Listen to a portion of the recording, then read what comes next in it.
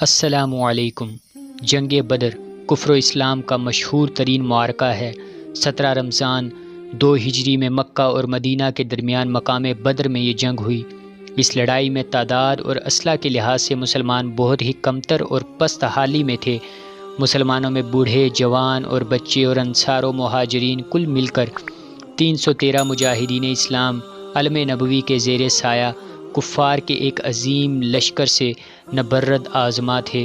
سامان جنگ کی قلت کا یہ عالم تھا کہ پوری اسلامی فوج میں 6 زرہیں اور 8 تلواریں تھیں، اور کفار کا لشکر تقریباً 1000 نہایت ہی جنگجو اور بہادروں پر مشتمل تھا، اور ان بہادروں کے ساتھ 100 بہترین گھوڑے، 700 اونٹ اور قسم قسم کے مہلک ہتھیار تھے۔ اس جنگ میں مسلمانوں کی گھبراہٹ اور بے چینی ایک قدرتی بات تھی۔ حضور اکرم صلی اللہ علیہ وسلم رات بھر جاگ کر خدا عز و جل سے لو لگائے مصروف دعا تھے کہ الہی اگر یہ چند نفوس ہلاک ہو گئے تو پھر قیامت تک روئے زمین پر تیری عبادت کرنے والے نہ رہیں گے۔ دعا مانگتے ہوئے آپ کی چادر مبارک دوش انور سے زمین پر گر پڑی اور آپ پر رکت طاری ہو گئی، یہاں تک کہ آنسو جاری ہو گئے۔ حضرت ابوبکر صدیق رضی اللہ تعالیٰ عنہ آپ کے یارغار تھے۔ آپ کو اس طرح بے قرار دیکھ کر ان کے دل کا سکون و قرار جاتا رہا۔ انہوں نے چادر مبارک کو اٹھا کر آپ کے مقدس کندھے پر ڈال دیا اور آپ کا دست مبارک تھام کر بھری ہوئی آواز میں بڑے ادب کے ساتھ عرض کیا کہ حضور اب بس کیجئے، اللہ تعالیٰ ضرور اپنا وعدہ پورا فرمائے گا۔ اپنے یارغار صدیق جان نثار رضی اللہ تعالیٰ عنہ کی گزارش مان کر آپ نے دعا ختم کر دی اور نہایت اطمینان کے ساتھ پیغمبرانہ لہجے میں یہ فرمایا، سَيُهْزَمُ الْجَمْعُ وَيُوَلُّونَ الدُّبُرَ۔ یہ پارہ نمبر 27 سورۃ قمر کی آیت نمبر 45 ہے۔ اب بھگائی جاتی ہے یہ جماعت اور پیٹھیں پھیر دیں گے۔ صبح کو حضور علیہ السلام نے آیات جہاد کی تلاوت فرما کر ایسا ولولہ انگیز بیان فرمایا کہ مجاہدین کی رگوں میں خون کا قطرہ قطرہ جوش و خروش کا سمندر بن کر طوفانی موجیں مارنے لگا، اور آپ صلی اللہ علیہ وسلم نے یہ بشارت دی کہ اگر صبر کے ساتھ تم مجاہدین میدان جنگ میں ڈٹے رہے تو اللہ تعالیٰ تمہاری مدد کے لیے آسمان سے فرشتوں کی فوج بھیج دے گا۔ چنانچہ 5000 فرشتوں کی فوج میدان جنگ میں اتر پڑی، اور دم زدن میں میدان جنگ کا نقشہ ہی بدل گیا۔ حضرت علی رضی اللہ تعالیٰ عنہ مہاجرین کا جھنڈا لہرا رہے تھے، اور حضرت سعد بن عبادہ رضی اللہ تعالیٰ عنہ انصار کے علمبردار تھے۔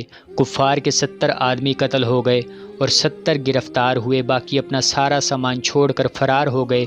کفار کے مقتولین میں قریش کے بڑے بڑے نامور سردار جو بہادری اور سپہ گری میں یکتائے روزگار تھے، ایک ایک کر کے سب موت کے گھاٹ اتار دیے گئے، یہاں تک کہ کفار قریش کی لشکری طاقت ہی فنا ہو گئی۔ مسلمانوں میں کل 14 خوش نصیبوں کو شہادت کا شرف ملا، جن میں 6 مہاجر اور 8 انصار تھے، اور مسلمانوں کو بے شمار مال غنیمت ملا جو کفار چھوڑ کر فرار ہو گئے تھے۔ اللہ تعالیٰ نے جنگ بدر اور فرشتوں کی فوج کا تذکرہ قرآن مجید میں ان لفظوں کے ساتھ فرمایا ہے کہ وَلَقَدْ نَصَرَكُمُ اللَّهُ بِبَدْرٍ وَأَنْتُمْ أَذِلَّةٌ سے لے کر وَمَا النَّصْرُ إِلَّا مِنْ عِنْدِ اللَّهِ الْعَزِيزِ الْحَكِيمِ۔ یہ پارہ 4 سورۃ آل عمران کی آیت نمبر 123 سے 126 ہے۔ ترجمہ کنز الایمان۔ اور بے شک اللہ نے بدر میں تمہاری مدد کی جب تم بالکل بے سر و سامان تھے، تو اللہ سے ڈرو کہ کہیں تم شکر گزار ہو، جب اے محبوب تم مسلمانوں سے فرماتے تھے کیا تمہیں یہ کافی نہیں کہ تمہارا رب تمہاری مدد کرے 3000 فرشتے اتار کر؟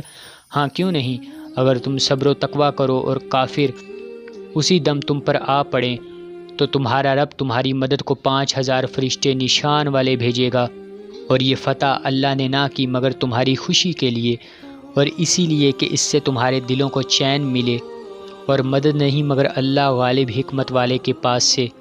اس سے دوستو ہمیں کیا درس ہدایت ملتا ہے؟ اس واقعے سے ہمیں درس ملتا ہے کہ جنگ بدر میں مسلمانوں کی تعداد اور سامان جنگ کی قلت کے باوجود فتح مبین نے مسلمانوں کے قدموں کا بوسہ لیا۔ اس سے یہ سبق ملتا ہے کہ فتح کثرت تعداد اور سامان جنگ کی فراوانی پر موقوف نہیں، بلکہ فتح کا دار و مدار نصرت خداوندی پر ہے کہ وہ جب چاہتا ہے تو فرشتوں کی فوج آسمان سے میدان جنگ میں اتار کر مسلمانوں کی امداد و نصرت فرما دیتا ہے، اور مسلمان قلت تعداد اور سامان جنگ نہ ہونے کے باوجود فتح مند ہو کر کفار کے لشکروں کو تہس نہس کر کے فنا کے گھاٹ اتار دیتے ہیں۔ مگر اللہ تعالیٰ نے اس کے لیے 2 شرطیں رکھی ہیں، ایک صبر اور دوسرا تقوی۔ اگر مسلمان صبر و تقوی کے دامن کو تھامے ہوئے خدا کی مدد پر بھروسہ کر کے جنگ میں اڑ جائیں تو انشاءاللہ تعالی ہمیشہ اور ہر محاذ پر فتح مبین مسلمانوں کے قدم چومے گی، اور کفار شکست کھا کر راہ فرار اختیار کریں گے یا مسلمانوں کی مار سے فنا ہو کر فنار ہو جائیں گے۔ بس ضرورت ہے کہ مسلمان صبر و تقوی کے ہتھیاروں سے لیس ہو کر خدا کی مدد کا بھروسہ کر کے کفار کے حملوں کا مقابلہ کرنے کے لیے میدان جنگ میں استقامت کا پہاڑ بن کر کھڑے رہیں، اور ہرگز تعداد کی کمی اور سامان جنگ کی قلت و کثرت کی پرواہ نہ کریں، کیونکہ فرمان خداوندی ہے کہ وَمَن نَّصْرُ إِلَّا مِنْ عِنْدِ اللَّهِ کہ مدد فرمانے والا تو بس اللہ ہی ہے۔ سچ کہا ہے کہنے والے نے، کافر ہو تو تلوار پہ کرتا ہے بھروسہ، مومن ہو تو بے تیغ بھی لڑتا ہے سپاہی۔ ہم امید کرتے ہیں کہ آپ کو یہ ویڈیو پسند آئی ہوگی۔